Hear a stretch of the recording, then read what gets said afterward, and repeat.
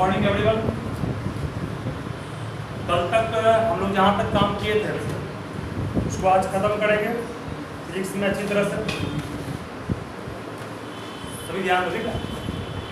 आज टॉपिक ये इंडिक कर देंगे जैसे आप इसको इलेक्ट्रिक जनरेटर में आपको हम मेनली पढ़ाए थे कौन सी घटना होती है, इलेक्ट्रोमैग्नेटिक इंडक्शन। तो कुछ इलेक्ट्रिक जनरेटर किस प्रिंसिपल पे काम करता है ये हमारी एग्जाम में सिलेबस को हटा दिया गया है, इतना डिटेल से इसके बारे में नहीं आ रहा है। ठीक है, तो ये बातें बन सब कीजिएगा और ध्यान दोगा। देखो domestic electric wiring, domestic electric circuit बात बंद कीजिएगा। डोमेस्टिक इलेक्ट्रिक सर्किट ये टॉपिक कौन सा की थी पास? Domestic electric circuit. ठीक है, सभी ध्यान दो क्या होगा। कहता है कि हम लोग के जो घर में तार आता है, तीन टाइप का तार आता है। एक होता है हम लाइव वायर, दूसरा होता है न्यूट्रल वायर और तीसरा होता है अर्थ वायर।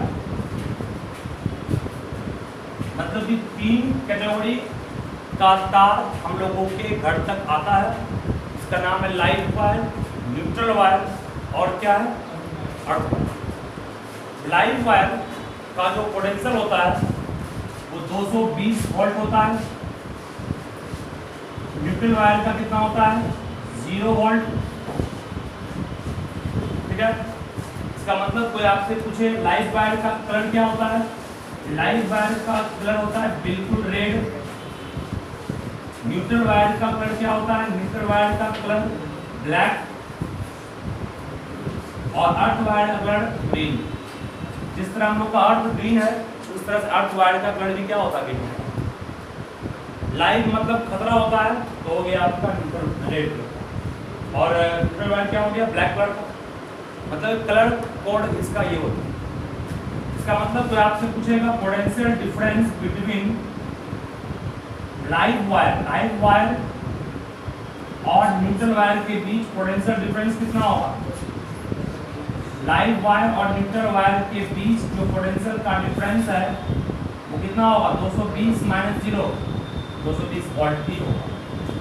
ठीक है, उसके बाद एक क्वेश्चन आएगा, हम लोग जो भी इलेक्ट्रिक सर्किट लगाते हैं, जो भी इलेक्ट्रिक सर्किट, फैन हो, बल्ब हो, ये सब किस वायर में लगता है, लाइव वायर में लगाता है। जितना भी इलेक्ट्रिक सर्किट है सारे लगे होते हैं किसके बीच, लाइव वायर और न्यूट्रल वायर के बीच लगे होते हैं पैरेलल में। इलेक्ट्रिक डिवाइस जो भी आपके पास है, फैन, बल्ब, टीवी जो भी है, सारे क्या होंगे, लाइव वायर से जुड़े होंगे। और लाइव वायर की भी क्या पैरेलल होता है कि हम जानते हैं क्या कि अगर कोई भी हम लोग डिवाइस लगाएंगे फ्रिज में तो एक डिवाइस के बंद हो जाने से या खराब हो जाने से सारा डिवाइस क्या होता है, बंद हो जाता है, खराब हो जाता है। इसलिए बोलना पड़ेगा आपको इलेक्ट्रिक डोमेस्टिक इलेक्ट्रिक सर्किट जो होता है वो पैरेलल में लगाया जाता है। सर फर्स्ट चैप्टर में भी आपको।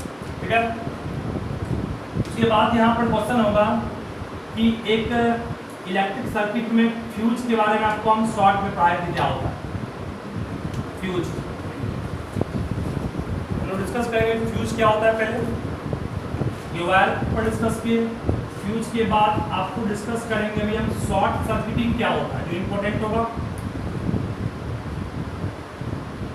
इसके बाद पढ़ाएंगे ओवरलोडिंग क्या होता है,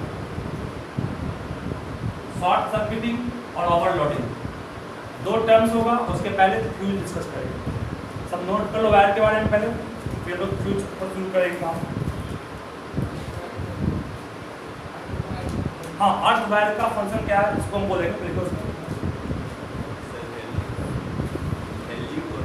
अर्थ का 0 पोटेंशियल, 0।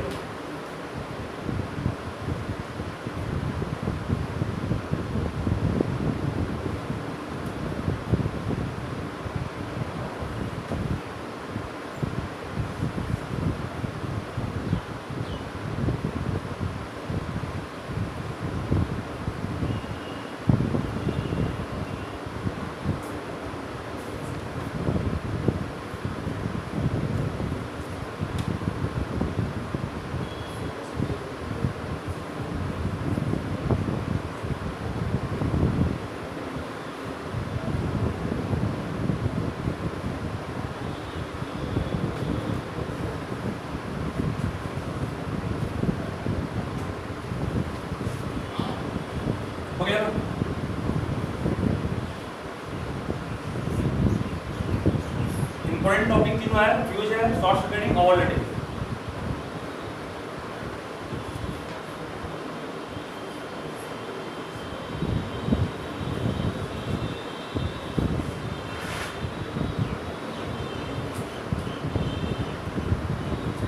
ठीक है सर, ध्यान दो क्या बोल रहे हैं। सभी ध्यान से सुनिएगा पहले हर एक चीज को। पहले अर्थवायर का काम क्या है इसको मैं बोल देता हूँ। 4 टॉपिक डिस्कस करना हम लोग को। Short circuiting, overloading, electric fuse और एक अर्थिंग क्यों करते हैं। पहले हम डिस्कस करेंगे अर्थिंग करते क्यों। आप देखते जितना अभी हैवी डिवाइस है, हैवी डिवाइस मतलब मान लो एसी, फ्रिज या वॉशिंग मशीन, जो भी heavy device, inverter, heavy device जो होता है उसके 3 प्लग होते हैं, एक लाइव, एक न्यूट्रल और ऊपर क्या होता है, अर्थ का होता है। ये अर्थ वायर करता क्या है। मान लीजिए आप आयरन कर रहे हैं, आयरन कर रहे हैं तो आयरन जहाँ पर ज्वाइंट है, मान लीजिए आयरन है, ये तार यहाँ होता है जो ज्वाइंट होता है आयरन से। कई बार क्या होता है ज्वाइंट के पास तार कट जाता है या उसका जो कवरिंग है वो हट जाता है, तार कट गया और आयरन का बॉडी कैसा, आयरन का बॉडी है मेटालिक, मतलब मेटल का बना हुआ। फ्रिज का बॉडी क्या है, मेटालिक, मेटल का बना हुआ। वॉशिंग मशीन का बॉडी भी क्या है, मेटालिक।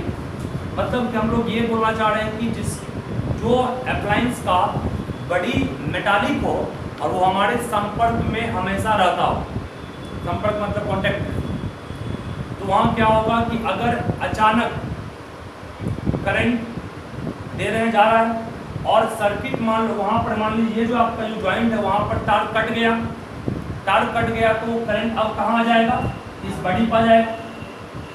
और बॉडी हम लोग की हमेशा क्या कांटेक्ट में है, उस बॉडी को हम छुएंगे तो हमें शॉक मारेगा, उससे हम लोग मर भी सकते हैं कि लार्ज अमाउंट में करंट जा रहा है। तो वो शॉक से बचने के लिए हम लोग अर्थिंग करते हैं, ताकि अगर बॉडी में करंट कुछ आ भी गया तो करंट हम लोग के बॉडी में न जा करके कहाँ चल जाए, उस अर्थ वायर के थ्रू अर्थ में चला जाए, इसलिए अर्थिंग करते हैं। अर्थिंग का मेन उद्देश्य क्या है, मेटालिक बॉडी जिस भी अप्लायंस का है, उस अप्लायंस में अगर करंट लीक कर गया, लीक करने का मतलब क्या, जो तार कटा उससे टच में आने से करंट उस बॉडी में चला गया और वो लीकिंग करंट क्या होगा, आपके बॉडी में आ गया तो आपको शॉक लग जाएगा। आप उसके कांटेक्ट में हमेशा रहते हुए आयरन कर रहे हैं तो हमेशा हम लोग के टच में होता है उसका बॉडी, फ्रिज हमेशा हमारे टच में रहता है, वॉशिंग मशीन हमारे टच में आएगा ही आएगा।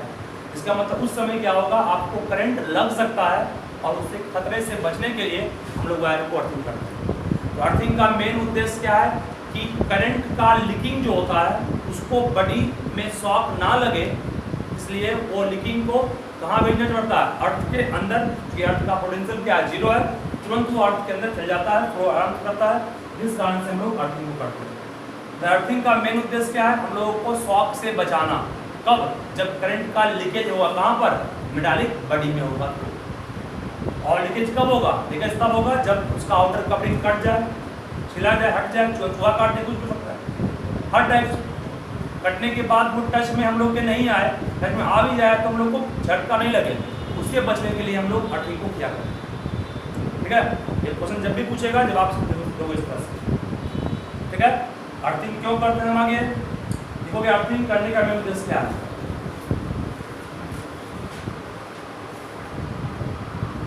देखो, to avoid the risk of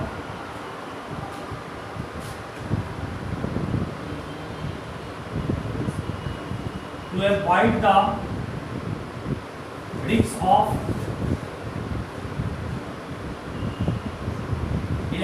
of electric shocks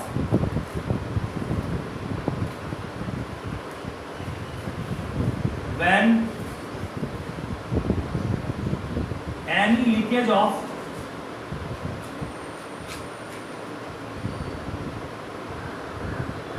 current take place in metallic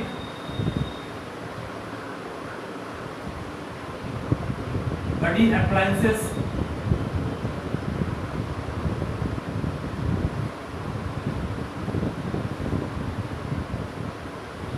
have to earthen the wire. मतलब हम लोग का यहाँ पर मेन क्वेश्चन ये होगा कि अर्थिंग करते क्यों है, तो शॉक से बचने के लिए, शॉक के रिस्क से बचने के लिए। किस बॉडी में? मेटालिक बॉडी में।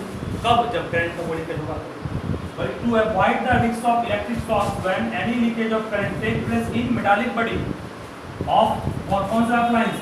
Of कर सकते हो heavy appliance,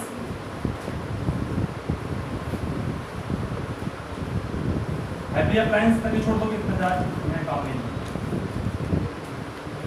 मैं जो heavy appliance है उसमें करंट का अगर लीकेज होगा तो उस लीकेज से बचने के लिए हम लोग अर्थ को वायर को अर्थिंग करते हैं।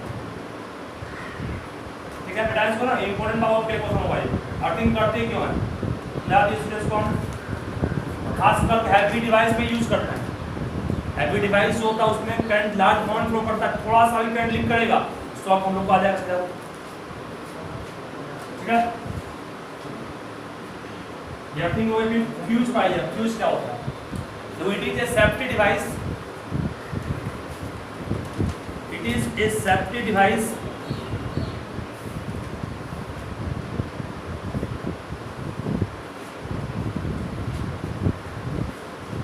it is a safety device of short length thin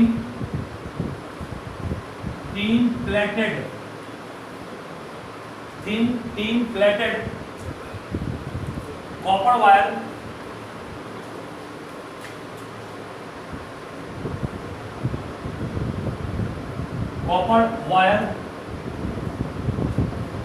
having low melting point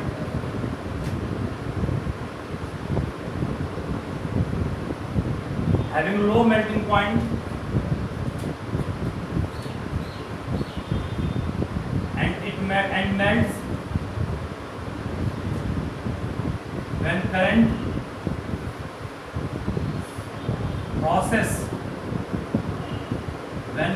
process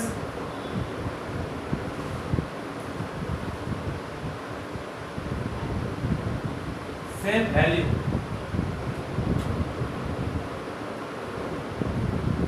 ध्यान से सकूं क्या बोलते हैं?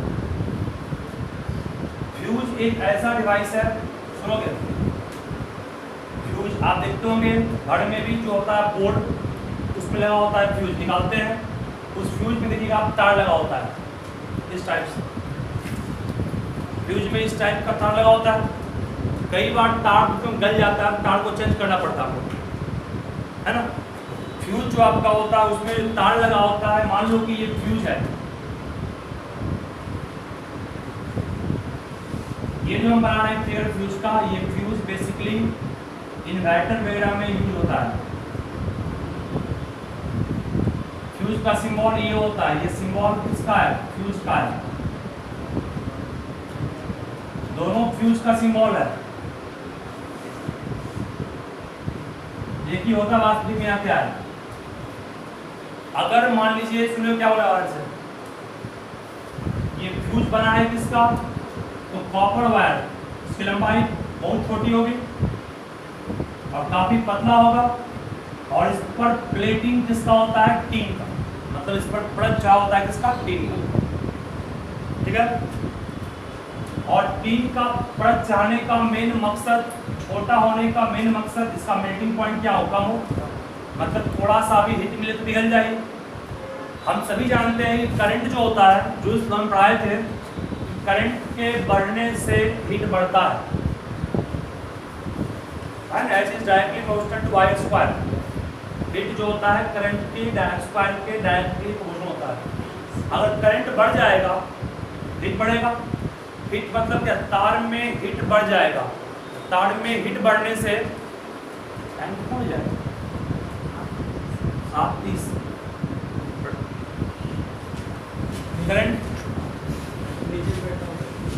वो बैठा हुआ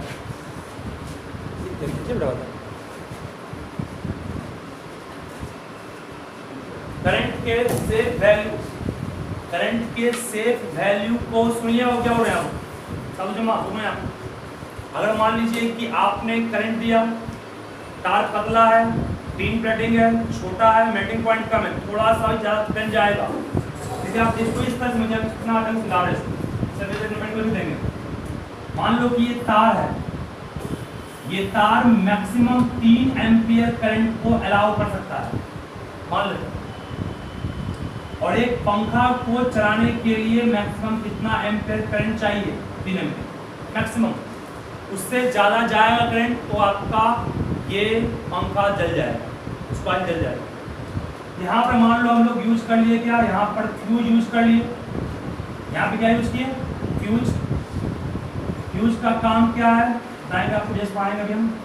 तो मान लो बाबू कि ये फ्यूज में तार यूज किए, उसकी मोटाई इस अनुसार सेट करते हैं, उसकी लंबाई इस अनुसार सेट करते हैं कि अगर 3 एम्पियर से जहाँ ज़्यादा करंट गया, तार यहाँ क्या होगा? गल जाएगा। तार गल जाएगा, सर्किट ब्रेक कर जाएगा। सर्किट ब्रेक करेगा तो ये पंखा तो बच जाएगा, एक तार गला, तार तो चेक तुम कर लेंगे, 8 माइल पड़ेगा, है ना। इसका मतलब ये होगा कि इलेक्ट्रिक फ्यूज ने क्या किया, इस पंखे को सेफ तो कर लिया खुद गल करके। वही कहा गया कि इलेक्ट्रिक फ्यूज एक सेफ्टी डिवाइस है, जिसका काम बचाना होता है किसको? कोई इलेक्ट्रिक अप्लायंस को। कब? जब करंट एब्रप्टली बढ़ जाए, करंट अचानक बढ़ गया, उस कंडीशन में आपके डिवाइस को सेव करने का काम करता है कौन? इलेक्ट्रिक फ्यूज, खुद गल करके। ठीक है। और इलेक्ट्रिक फ्यूज का लिमिट होगा, मान लो कि किसी इलेक्ट्रिक फ्यूज का लिमिट 10 एम्पियर, तो हैवी डिवाइस 10 एम्पियर करंट चाहिए, 10 एम्पियर करंट अलाउ करने से लगेगा वो, उसका तार मोटा हो जाएगा। इसका मतलब कि थिकनेस और थिननेस को हम लोग रेगुलेट करके करंट को अलाउ कर सकते हैं। ठीक है। तो इलेक्ट्रिक फ्यूज क्या है? एक सेफ्टी डिवाइस है, जिसका काम होता है किसी कॉस्टली डिवाइस को, किसी हैवी डिवाइस को या कोई कॉस्टली डिवाइस है उसको बचाए रखना जलने से। कब? जब करंट अचानक बढ़े। ठीक है, समझ रहे हो ना। इसका मतलब मैं जस्ट बताया आपको अभी, इस फैन को चलाने के लिए मान लो कि 3 एम्पियर करंट चाहिए, 3 एम्पियर तक करंट जाएगा इसमें। जैसे ही करंट बढ़ेगा, करंट बढ़ा तो क्या बढ़ जाएगा? हीट बढ़ जाएगा। हीट बढ़ेगा तो तार क्या गल जाएगा, तार गलेगा, सर्किट ब्रेक तो फैन बच गया और फ्यूज जल गया। फ्यूज जला, फ्यूज चेंज कर लेंगे, सस्ता में चल जाएगा। ठीक है। इलेक्ट्रिक फ्यूज का काम क्या है? इलेक्ट्रिक अप्लायंस को बचाना, सेफ करना। कब? जब करंट अचानक बढ़ जाए। ठीक है ना। यही पढ़ा आपको अभी हम। 2 टॉपिक काम के, अर्थिंग कब करते हैं, इलेक्ट्रिक फ्यूज का यूज कब करना है, क्यों करते हैं, और इलेक्ट्रिक फ्यूज के सिंबल है। इलेक्ट्रिक फ्यूज किस प्रिंसिपल पे काम करता है? बार बार करते हैं, heating effect of electric current पे करता है। लिख लोगे, it works on heating effect of electric current. Heating effect of electric current पे काम करता है। इसको जोड़ते रहो, कैसे है? इट इज ऑलवेज कनेक्टेड, इसको हमेशा जोड़ते हैं किसमें? Always connected in series with the circuit. Circuit में इसको हमेशा सीरीज में जोड़ते हैं, पैरेलल में नहीं। क्या बोले? क्यों? सर्किट में बाबू अगर पैरेलल में जोड़ेंगे तो रिजल्टेंट रेजिस्टेंस क्या घट जाएगा ना, तो और अधिक करंट अलाउ कर देगा। जब किसी भी आप करंट सर्किट में पैरेलल में जोड़ते हैं तो रिजल्टेंट रेजिस्टेंस घट जाता है। रिजल्टेंट रेजिस्टेंस घट गया तो करंट क्या हो गया? बढ़ गया। इसका मतलब करंट को अलाउ कर देगा, ये अलाउ करेगा तो क्या हो जाएगा? जिस डिवाइस में जितना करंट चाहिए उस अधिक करंट चल जाएगा, उसमें जल जाएगा। ठीक है ना। सारे चीज इलेक्ट्रिक फ्यूज का काम डिवाइस को बचाना। कब? जब करंट अचानक बढ़ जाए। इलेक्ट्रिक फ्यूज का तार हमेशा आप लेंगे कैसा? कॉपर लेंगे, थिन लेंगे, और उसके ऊपर अगर टीन का प्लेटिंग है बहुत बेटर बात है। अगर आप प्योर कॉपर यूज करते हैं, प्योर कॉपर, तो आपका वो फ्यूज जो होगा बेटर नहीं माना जाएगा, क्योंकि प्योर कॉपर का रेजिस्टेंस बहुत कम होता है। रेजिस्टेंस कम तो करंट क्या होगा? ज़्यादा हो जाएगा। करंट ज़्यादा तो जितना आपको करंट चाहिए उससे अधिक करंट अलाउ कर देगा वो, और वो चीज़ जल जाएगा। इसलिए कभी भी इलेक्ट्रिक फ्यूज में प्योर कॉपर का यूज नहीं करना। जब यूज करना है इम्प्योर कॉपर, टीन प्लेटिंग का मतलब वही हुआ, इम्प्योर बना दिया गया उसको, और वो थिन पतला होना चाहिए। ठीक भी नहीं होगा। अगर ठीक हो गया, तार मोटा हो गया, अब पढ़े तार का CSA बढ़ जाता है तो तार को कहते मोटा हो गया, CSA बढ़ गया तो रेजिस्टेंस कम तो करंट तो भी आ जाएगा। तो तार को थिन होना है, तार को शॉर्ट लेंथ होना है, तार को थिन फिटिंग होना है और तार का मेल्टिंग पॉइंट कम होना है एक खास लिमिट के अकॉर्डिंग, ठीक है। इस पर बेस्ड मैं क्वेश्चन दूंगा आपको फ्यूज पर बेस्ड डाउन से ना। फ्यूज का सिंबल याद रखिएगा, इंपॉर्टेंट पावर ये है फ्यूज पुष्पा हमेशा है। इलेक्ट्रिक फ्यूज क्यों करते हैं और अर्थिंग क्यों करते हैं, अर्थिंग भी एक पढ़ा दिया आपको। चलिए उसके बाद आइए अब दो टॉपिक हो गया क्लियर, ओवरलोडिंग और शॉर्ट सर्किटिंग कब होता है, ये आसान है।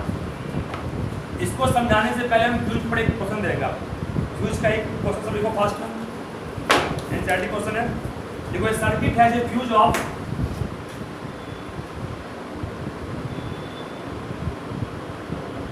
a circuit has a fuse of 5 ampere. एक सर्किट के पास फ्यूज कितना एम्पियर का है, 5 एम्पियर। मतलब क्या इसका हुआ, मैक्सिमम 5 एम्पियर करंट को अलाउ कर देगा बिना गले, ठीक है, ठीक है। और किसी फ्यूज पर लिखा हुआ है 2 एम्पियर, मतलब मैक्सिमम 2 एम्पियर करंट अलाउ करेगा। A circuit has a fuse of 5 ampere full stop. What is the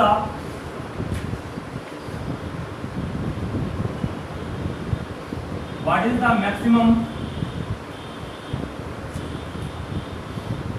number of 100 watt bulbs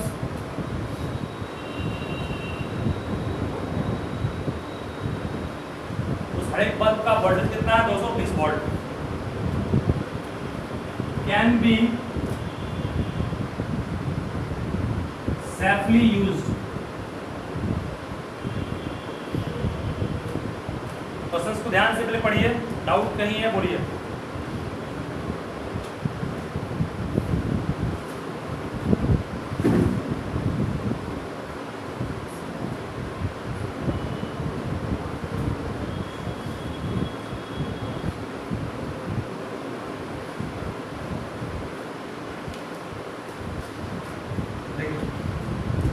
एक सर्किट में फ्यूज जो यूज किए उसका मैक्सिमम लिमिट कितना, 5 एम्पियर।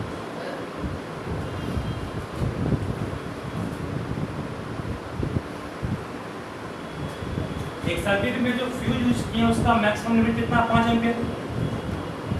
देखो यहाँ ध्यान समझो क्या हो रहा है, मैक्सिमम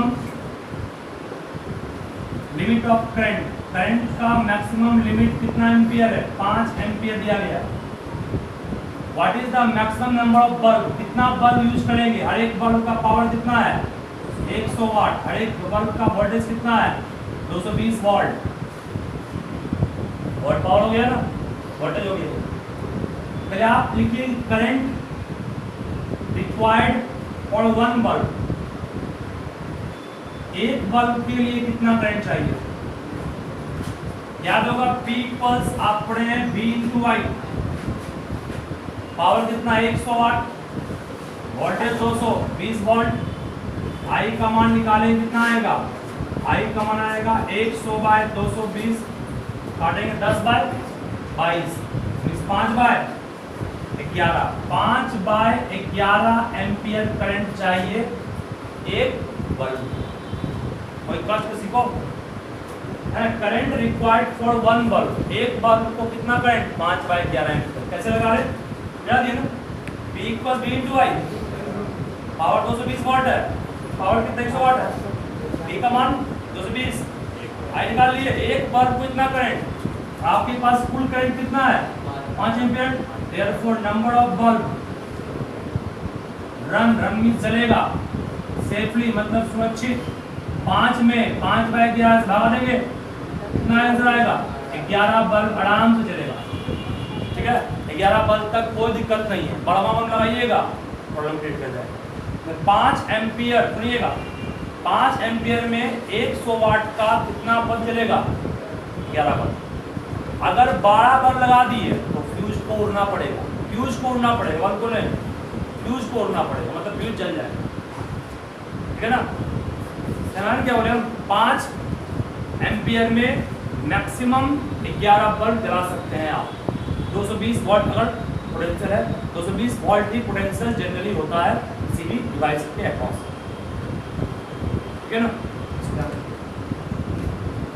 ये इंपॉर्टेंट क्वेश्चन है, जैसे कि हम फ्यूज की क्षमता 5 एम्पियर, एक बल्ब में कितना करंट चाहिए निकाले, कहाँ से यहाँ निकाले, पीक पर प्राइस V × I फर्स्ट में वहाँ आई निकाले, एक बल्ब को इतना करंट तो कुल बल्ब कितना चलेगा 5 में भगा दिए।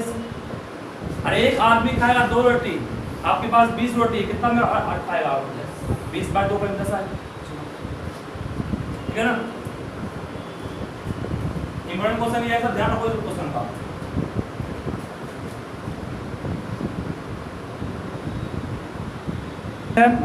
एक लास्ट शॉर्ट सर्किटिंग ओवरलोडिंग, ये बहुत इंपॉर्टेंट है, सिलेबस में इसको नहीं हटाया, ये एग्जाम में आएगा। जिसको हम पढ़ा रहे हैं कि हर बड़ी बात खत्म कर दी, कम नहीं करना है इसको एग्जाम में इंपॉर्टेंट क्वेश्चन है। चलिए नेक्स्ट है ओवरलोडिंग और शॉर्ट सर्किटिंग। ध्यान शब्द में क्या होता है सुनिए, ओवरलोडिंग और शॉर्ट सर्किटिंग क्या होता है। ये दो ऐसा कंडीशन है, it is that condition under which, यह ऐसा कंडीशन है जिसके अंतर्गत the current in the circuit increases abruptly. Abruptly means क्या होता है, अचानक से करंट बढ़ जाता है। इस दो कंडीशन में कौन सर कैसे, खुद देखिएगा। शॉर्ट सर्किटिंग कब होता है, जब आप सुने हैं दो तार आपस में सट जाता है। कौन सा दो तार, एक लाइव एक न्यूट्रल। मान लीजिए कि लाइव वायर और न्यूट्रल वायर दोनों साथ जा रहा है, एक ही पाइप भी जा रहा हो, दोनों तार मान लीजिए गर्म हो गया, दोनों तार क्या गर्म हो गया, लाइव वायर है, ई न्यूट्रल वायर है, करंट पास कर रहा है, हीट से गर्म हो गया, गर्म हो गया तो उसके बाहर का जो इंसुलेशन था वो गल गया, गल गया। दोनों तार देखते हो एक ही लैपटॉप होता है ना, देखते हो, लाइव मतलब रेड वायर और बी मतलब ब्लैक वायर है, ये हो गया न्यूट्रल वायर, दोनों एक ही लैपटॉप वायर। दोनों मान लो कि टॉर्न मतलब गल गया, एक में अगर एक गला है तो अपने हिट से वो दूसरे वाले को गला देगा। जब दोनों तार गल जाएगा तो दोनों आपस में क्या कांटेक्ट में आ गया, कांटेक्ट में आया, आप लोग सीरीज में आया कि पैरेलल में आया, कांटेक्ट में आया सीरीज में कि पैरेलल में, पहन लाइए एक नोट लाइए, दो तार, एक लाइव एक न्यूट्रल, वही तो फंसते सब, एक लाइव एक न्यूट्रल, जब ऐसे ना सीरीज तब कहते जब इन टू इन कसते इसको, इन टू इन कसे हैं क्या, इन टू कसा हुआ नहीं,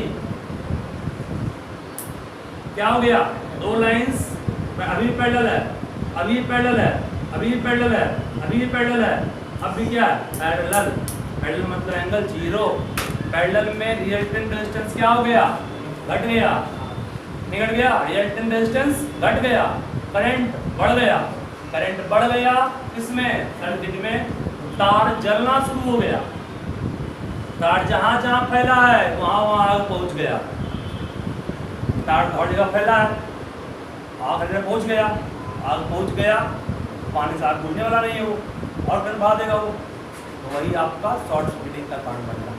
समझ आया। In the case of short circuiting what will happen, in the case of short circuiting live wire and neutral wire comes in contact directly, due to which the resultant resistance decreases and current increases and it causes the burning या heat का समझ आया।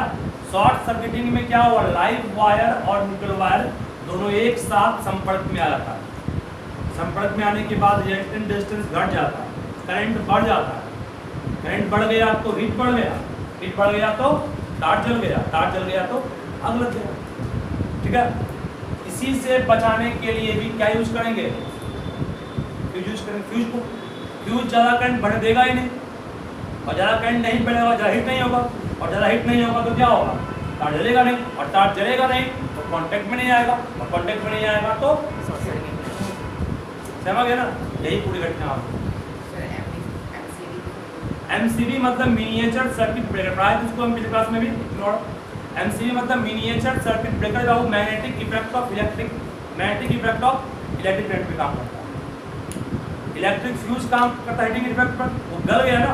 MCB magnetic effect of electric current पे काम करता। पढ़ाया क्या होगा कि जब करंट अचानक बढ़ जाए बहुत ज़्यादा, करंट के बढ़ने से प्रायः मैग्नेटिक फील्ड बढ़ता है ना। मैग्नेटिक फील्ड बढ़ने से मैग्नेटिक फोर्स बढ़ता है। मैग्नेटिक फोर्स इस तरह बढ़ता है कि जो स्विच था आपका नीचे वो अपने आप हो रहा है। आप घर में स्विच को ऑन करने के लिए अपना फोर्स लगाते हैं, लगाना होता है, लेकिन एमसीबी में क्या होता है, वो फोर्स हम लगाते नहीं, अपने आप वो अप डाउन होता है। एकाएक करंट बढ़ गया, स्विच अपने आप डाउन होता है। क्यों होता है?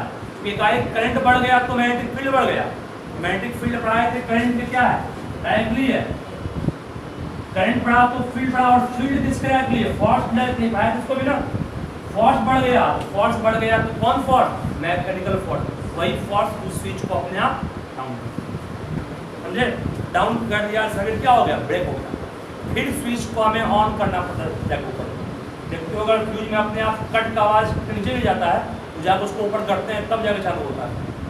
ऊपर खुद से करना है, नीचे गिराएगा वो, ऊपर अपने आप नहीं हो जाएगा, ऊपर खुद से करना पड़ता है।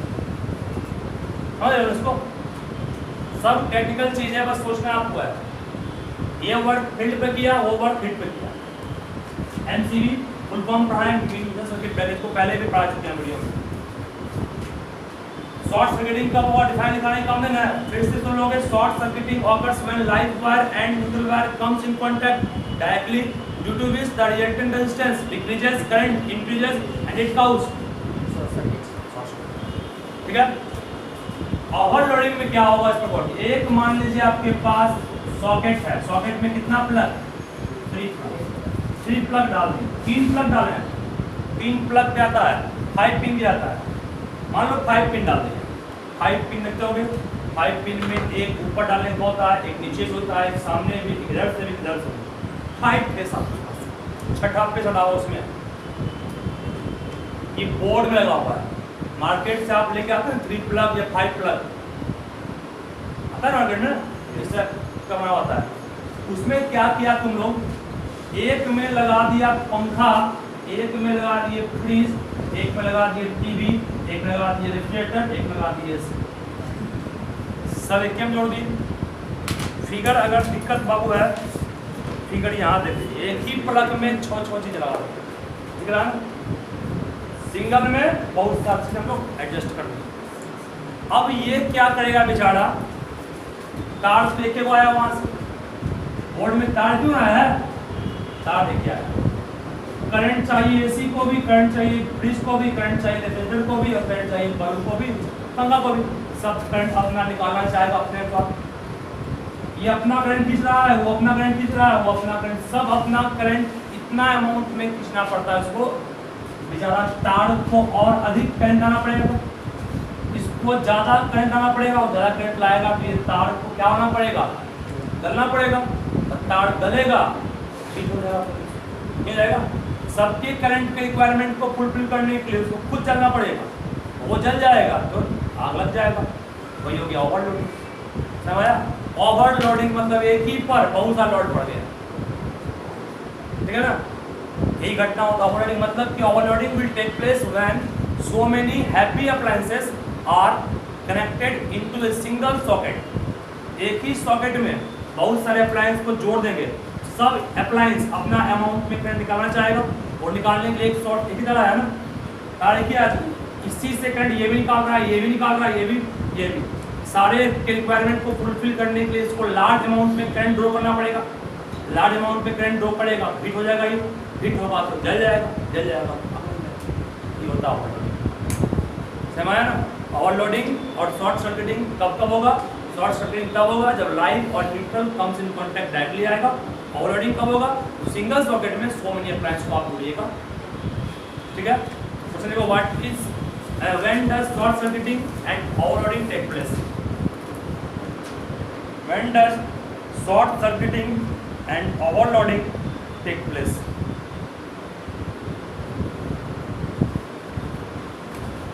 शॉर्ट सर्किटिंग और ओवरलोडिंग कब होगा, मुझे कर दो डिफाइन ना, इसका डिफाइन आप सभी को खुद से करना है, इतना ही मैं कर रहा हूँ। सर चलिए ये पूरा टॉपिक जितना पढ़ा है आपको, earthing, live wire, neutral wire, fuse, overloading, short circuiting, सब इंपॉर्टेंट आज का है। शॉर्ट सर्किटिंग, ओवरलोडिंग कंफर्म्ड है, मे भी आ सकता है। इसके अलावा फिर आपका फ्यूज या अर्थिंग क्यों करते हैं वो पूछ सकता है। ठीक है, एक और न्यूमेरिकल्स है, एनसीईआरटी में बेस्ट है वो, लिखो फास्ट में इसको।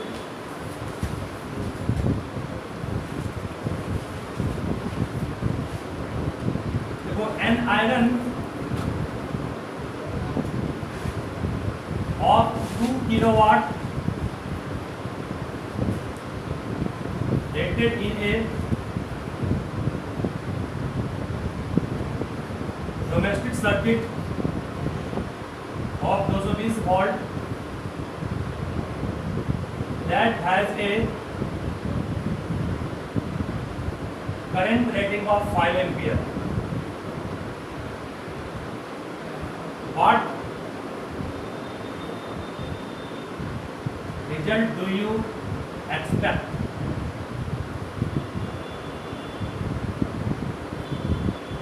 Explain.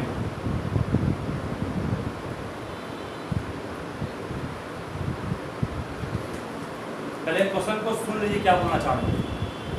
एक वर्ड यहां से किएगा,